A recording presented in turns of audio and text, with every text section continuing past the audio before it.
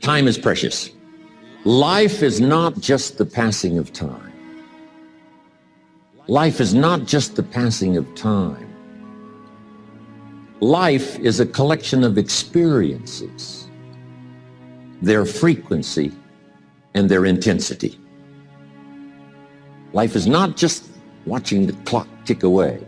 Life is a collection of experiences, their intensity, their frequency. When my friend Mark died at age 44, someone says, that's young to die. But what if he lived 4 lifetimes in one? He might not be too young. Whatever the span of your life turns out to be, here's what you want to fill it up with: experiences and the intensity of those experiences. But now let's talk about the management of time. Now, jot this down: approaches to the management of time. Here's the first one: ignore the subject. I mean, that's good advice. Don't let anything overly bug you. Because remember now, you don't have to do anything. Someone says, well, I got to get a handle on my time. The answer is no, you don't. If you want to let it all go, you can let it all go. I mean, this is good advice. Somebody says, you ought, you ought, you ought. Jot this down. Ignore all the you oughts or you should.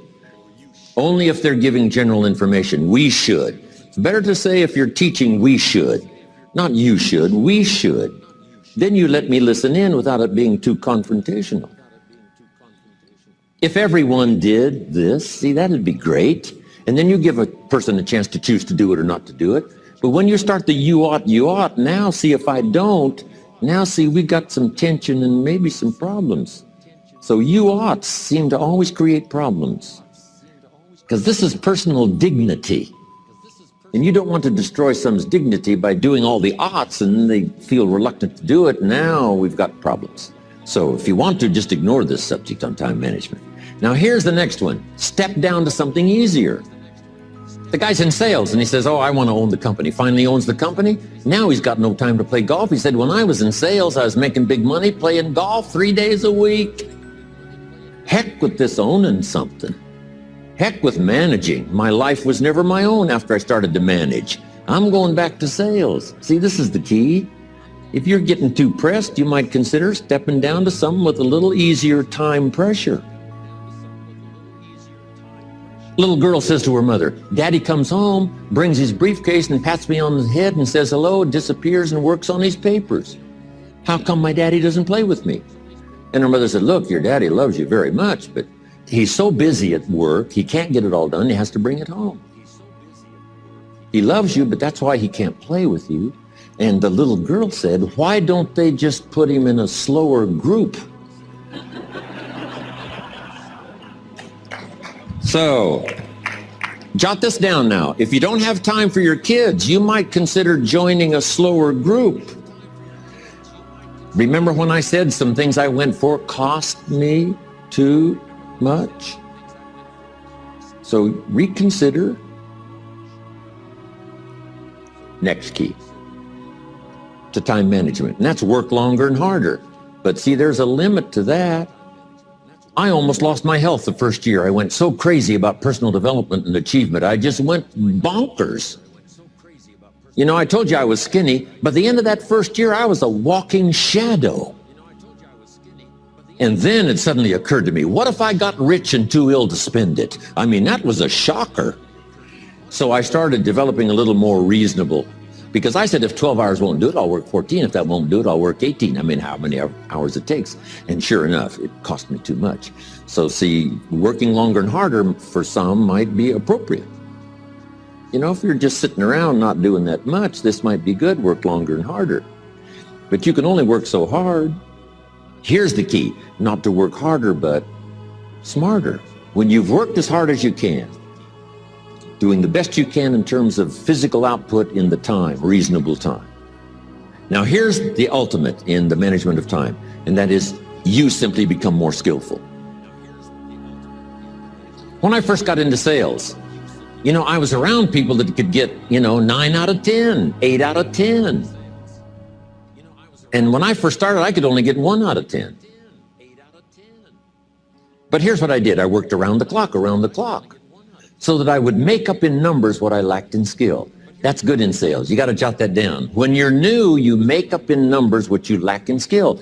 Now, when you become more skillful, the numbers can go down because now your persuasive ability and all of that is now so high that you don't need to put as many numbers out. But at first, if you want to compete or if you want to really get good, you've got to put in the numbers. But if you get more from yourself, develop more of yourself, now the time management becomes an easier task. If you want to manage your time well, begin by identifying your goals and making detailed plans for their accomplishment. We said a little bit earlier, under the principle of purpose, that you must have clear goals in order to focus your energies and concentrate your talents. And you must have detailed plans in order to work step by step, accomplishing the activities that take you to your goal. The next step is to set priorities on your activities. Use the 80-20 rule, the Pareto principle that we talked about earlier, that 80% of the value of what you do comes from 20% of what you do. That any list of 10 things that you have to accomplish to achieve a goal, 2 of those 10 things will be worth more than all the others put together. Always pick the most valuable use of your time. Always ask yourself, what is the most valuable use of my time right now? This is the key question for time management. This is the question that you must ask and answer over and over again, day after day, week after week. What is the most valuable use of your time right now? What is the most valuable use of your time right now? And always stay with the task that is the most valuable use of your time, because anything other than the most valuable use of your time is, relatively speaking, a waste of your time and a waste of your life. There's always enough time to do the important things, although there is never enough time to do everything that needs to be done. So focus on those few areas where excellent performance can make an extraordinary difference. Focus on the vital few versus the trivial many. Focus where you can really make a difference with your efforts. Focus on your areas of greatest personal strengths. One of the qualities of all leaders is that they pick the areas of greatest personal strength, and they only take jobs and accept responsibilities where they have the ability and the interest to do an outstanding job. So focus on those areas where you have unique strengths and abilities and delegate everything else to others. Do more of the things that you're better at. Always focus on strengths. Focus on the strengths in the situation, the strengths in other people, the strengths within your own talents and abilities. Concentrate your resources on the key areas where outstanding results are possible. Continually refer back to the 80-20 rule. What is the most valuable use of my time? What are my key result areas? What are my vital output areas? Always focus your talents where you can make a difference. Concentrate always on results, not activities. All peak performers are results-oriented. Ask yourself, why am I on the payroll? What specific measurable results are expected of me? What specific measurable results are expected of me? Ask yourself, what one thing could I do that if I did really well would be more important to my career than everything else put together? And then focus single-mindedly on doing that one thing. Never do things of secondary importance while there are things of primary importance left undone. Remember, effective people do first things first, and they do things one at a time. Now, it's interesting, one of the major reasons for failure in life is that people do not discipline themselves to do what is most important and to do one thing at a time. So they try to do several things at once. They do nothing to any degree of quality, and they very seldom finish. Once you have selected your highest payoff activity, begin it immediately and stay with it until it is 100% complete. What we find is that if you pick up a task and put it down without finishing it, and then come back and pick it up and put it down without finishing it, come back and pick it up, and so on, that you can spend 500% of the time necessary on any task by continually coming back and picking it up and beginning again. Because each time you pick it up, you have to review and find out where you were when you left it. So stay with your tasks till they're 100% complete. Not 95%, not 98%, but 100% complete. Test yourself, challenge yourself to stay at it until it's finished completely.